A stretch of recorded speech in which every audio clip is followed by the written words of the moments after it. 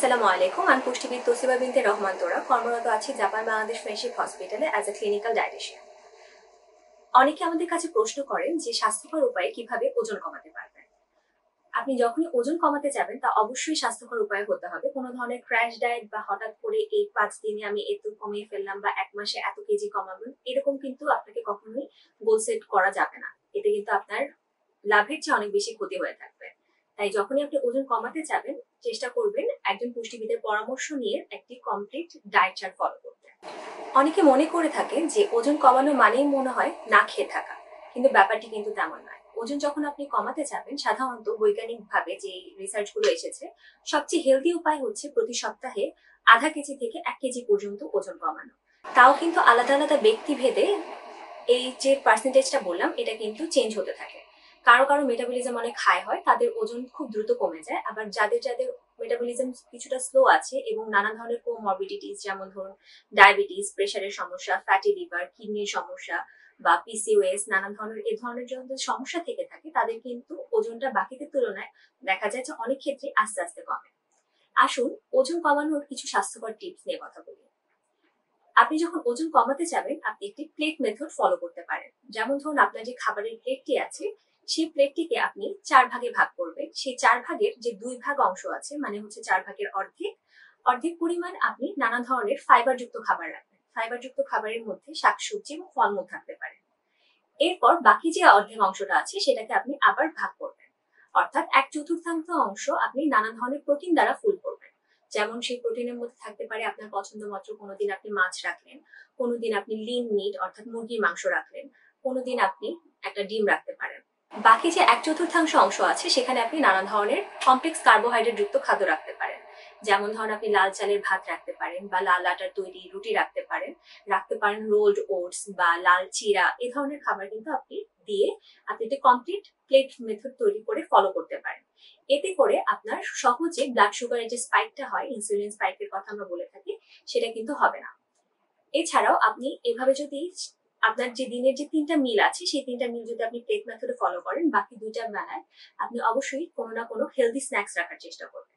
সেই হেলদি স্ন্যাক্সে নানা ধরনের ফলমূল থাকতে পারে। চেষ্টা করবেন লো গ্লাইসেমিক ইন্ডেক্স যুক্ত খাবার, যেমন ধরেন আপনি আপেল রাখতে পারেন, পেয়ারা রাখতে পারেন, আমড়া, জাম্বুরা, এই ধরনের আমাদের যে দেশীয় ফলগুলো আছে এগুলো কিন্তু রাখতে পারেন। এগুলো খুব তাড়াতাড়ি আপনার রক্তে শর্করা বাড়াবে না।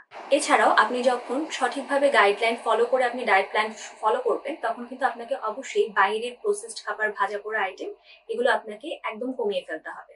যেমন ধরুন আপনি সন্ধ্যার স্ন্যাক্স হিসেবে আপনি বাইরে আপনি ভাজা পোড়া কোনো কিছু খেয়ে ফেলছেন, ডুবো তেলে ভাজা বা প্রসেসড খাবার, বেকারির কোনো আইটেম খাচ্ছেন বা অতিরিক্ত চিনি দিয়ে তৈরি কোনো জুস খাচ্ছেন, এগুলো অবশ্যই আপনাকে বাদ দিতে হবে।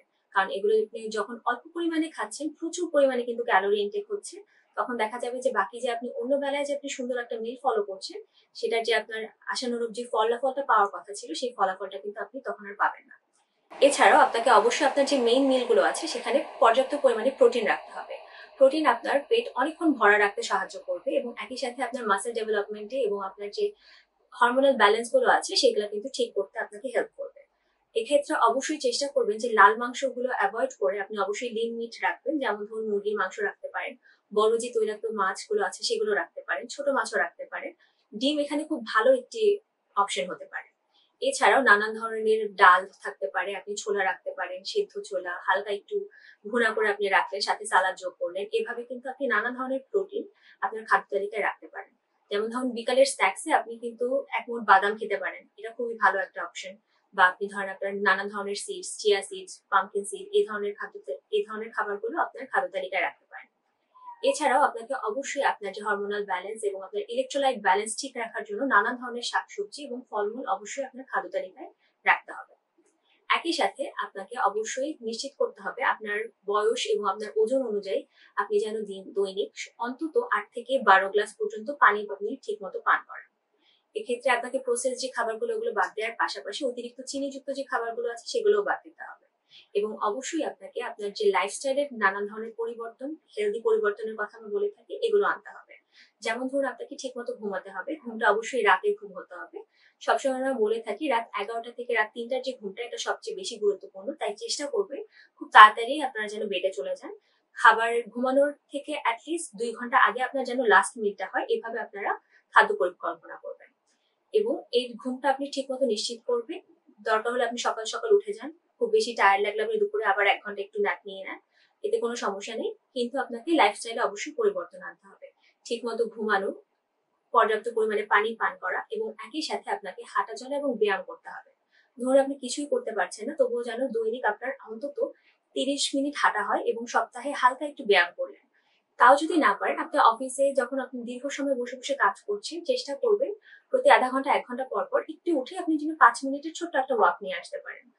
এছাড়াও যদি আপনি পারেন তাহলে অবশ্যই চেষ্টা করবেন আমাদের যে দৈনিক যে 3টা মেইন মিল থাকে, ব্রেকফাস্ট, লাঞ্চ অ্যান্ড ডিনার, এটার পরে আপনি 5 মিনিট একটু রেস্ট নেন, এরপরে আপনি 10 থেকে 15 মিনিট হালকা একটু হেঁটে আসেন। এতেও কিন্তু আপনার মেটাবলিক যে প্রসেসটা আছে এটা খুব তাড়াতাড়ি আপনার ফাস্ট হবে এবং আপনার ওজন কমানোর জার্নিতে আপনাকে খুব ভালোভাবে হেল্প করবে। আজ এই পর্যন্তই। আপনারা যদি সঠিক উপায়ে সুস্বাস্থ্য নিশ্চিত করতে ওজন কমাতে চান তাহলে অবশ্যই একজন পুষ্টিবিদের পরামর্শ নিয়ে সবসময় তা ফলো করার চেষ্টা করবেন।